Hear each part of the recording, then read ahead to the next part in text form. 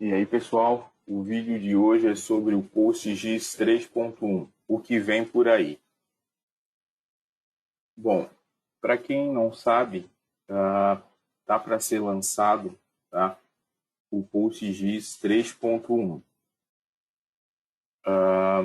Na realidade, pela data de hoje, já era para ele ter sido lançado há 3 dias, mas ele está aí com um pequeno atraso. Mas acredito aí que nos próximos dias ele seja lançado. Tá? Então, quais as novidades? Tá? Foram feitas melhorias de performance, foi adicionada a funcionalidade Grid Generator, a suporte à precisão fixa e também foram feitas melhorias no Vector Tiles. Eu vou falar um pouquinho aqui de cada uma, mas a ideia é, depois do lançamento, fazer aí alguns vídeos de cada uma dessas novas funcionalidades, principalmente aqui o Grid Generator, o suporte à precisão e a melhoria nos Vector Tiles. Então, se vocês têm interesse que depois do lançamento do PostGIS 3.1 a gente faça vídeos, né, explicando e detalhando melhor essas novas funcionalidades, peço que vocês deixem o comentário nesse vídeo.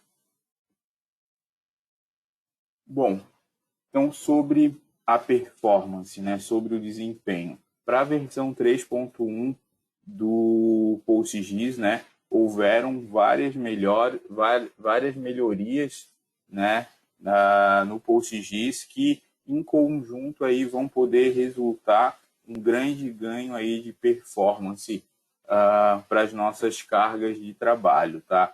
A primeira é o cache de geometrias grandes, tá? As junções espaciais no PostgreSQL ficaram mais lentas devido aí a uma sobrecarga do acesso a geometrias grandes por um longo tempo, tá? Então, para executar junções espaciais, né, no método até a versão 3.1, tá? O Postgre, né, o PostGIS, usava aí uma junção de loop aninhada, o que significa, então, interar por um lado da junção e testar a condição da junção. Ou seja, tá? Vamos supor, eu estou comparando duas geometrias, né? Então, por exemplo, eu pego a linha 1 da geometria e comparo ela com todas as linhas da segunda geometria. Quando eu vou para a segunda linha dessa primeira geometria, eu comparo novamente com todas as linhas da segunda geometria, tá?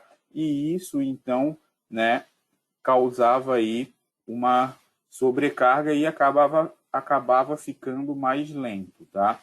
Agora, né, a partir da versão 3.1, o que vai mudar é que eles vão armazenar esse segundo lado em cache, tá? E vão evitar de reler esse objeto grande a cada interação do loop. E isso vai fazer uma grande diferença no desempenho das consultas.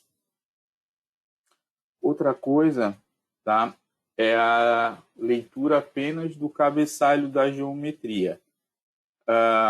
O formato da geometria em disco, né, ele inclui um cabeçalho curto com informações sobre os limites da geografia, da geometria, o sistema de referência e as dimensões, tá? Isso significa, então, que é possível que algumas funções retornem uma resposta após a leitura de alguns bytes do cabeçalho, ao invés do objeto inteiro.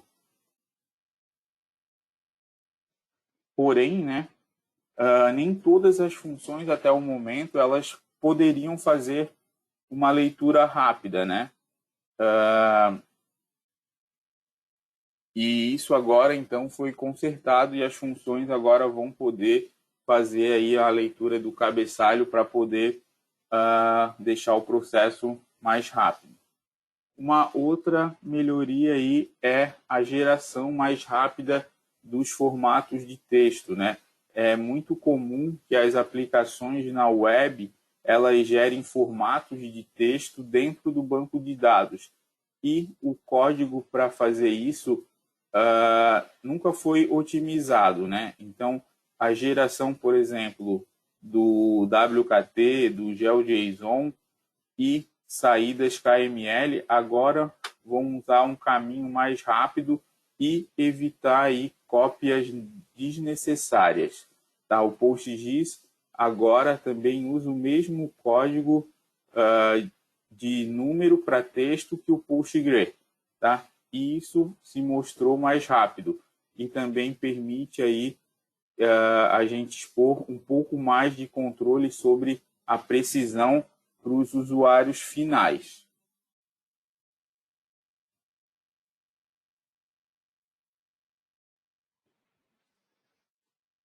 Bom, só para vocês terem uma ideia do aumento de performance, tá? Ó, esse select aqui utilizado no PostGIS 3.0, tá? Ele retornava em 23,4 segundos. Né? O que ele está fazendo aqui? Ele está fazendo uma soma e ele faz um join aqui com uma tabela. Né? Então, ele tem a tabela aqui dos limites administrativos e uma tabela de locais. Ele faz um join das duas e faz uma intersecção entre elas e depois agrupa. Tá? Então, essa consulta aqui, tá? No PostGIS 3.0 levava 23,4 segundos. Depois dessas melhorias de performance que foram feitas para o PostGIS 3.1, essa mesma consulta ela agora retorna em 0,9 segundos, né? Bom, foi uma melhora aí bastante considerável. Bom, a outra funcionalidade, então, é o Grid Generators. Bom,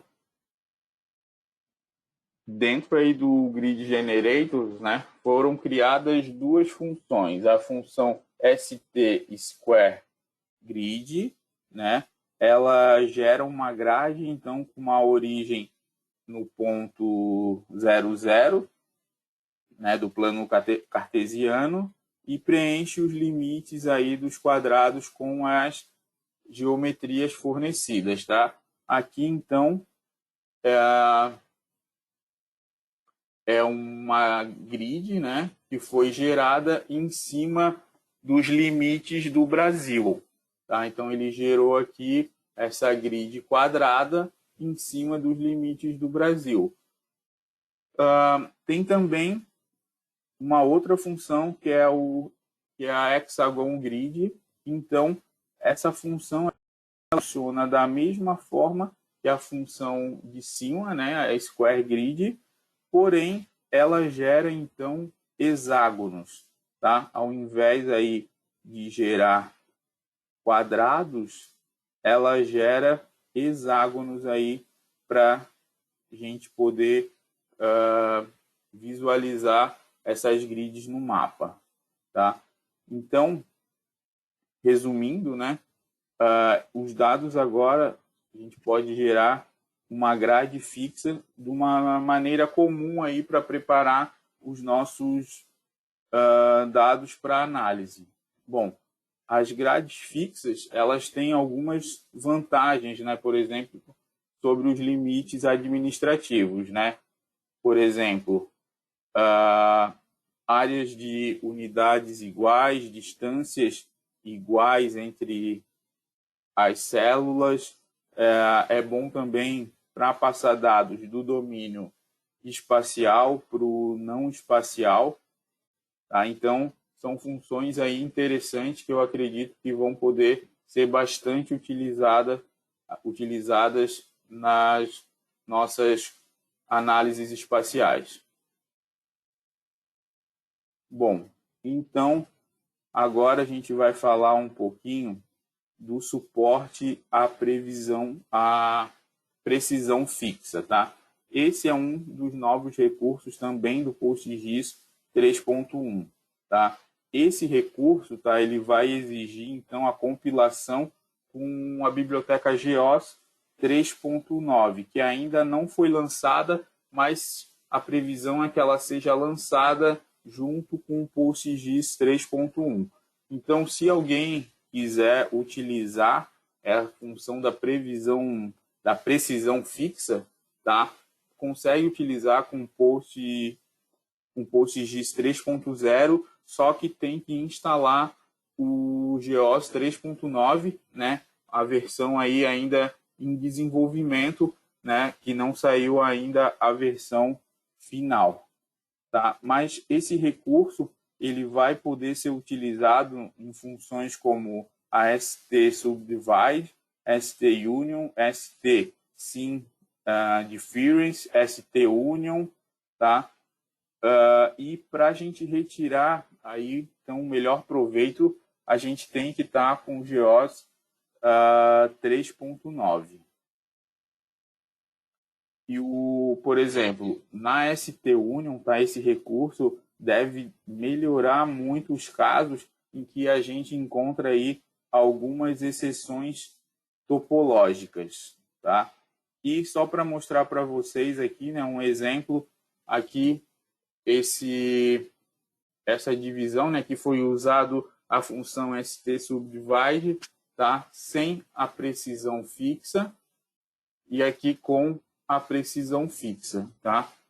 Então, como eu falei para vocês, se vocês quiserem mais detalhes sobre essas novidades, por favor, deixem aqui nesse vídeo um comentário para eu saber que vocês têm interesse e para que eu possa, então, gravar novos vídeos mais detalhados sobre essas novas funcionalidades.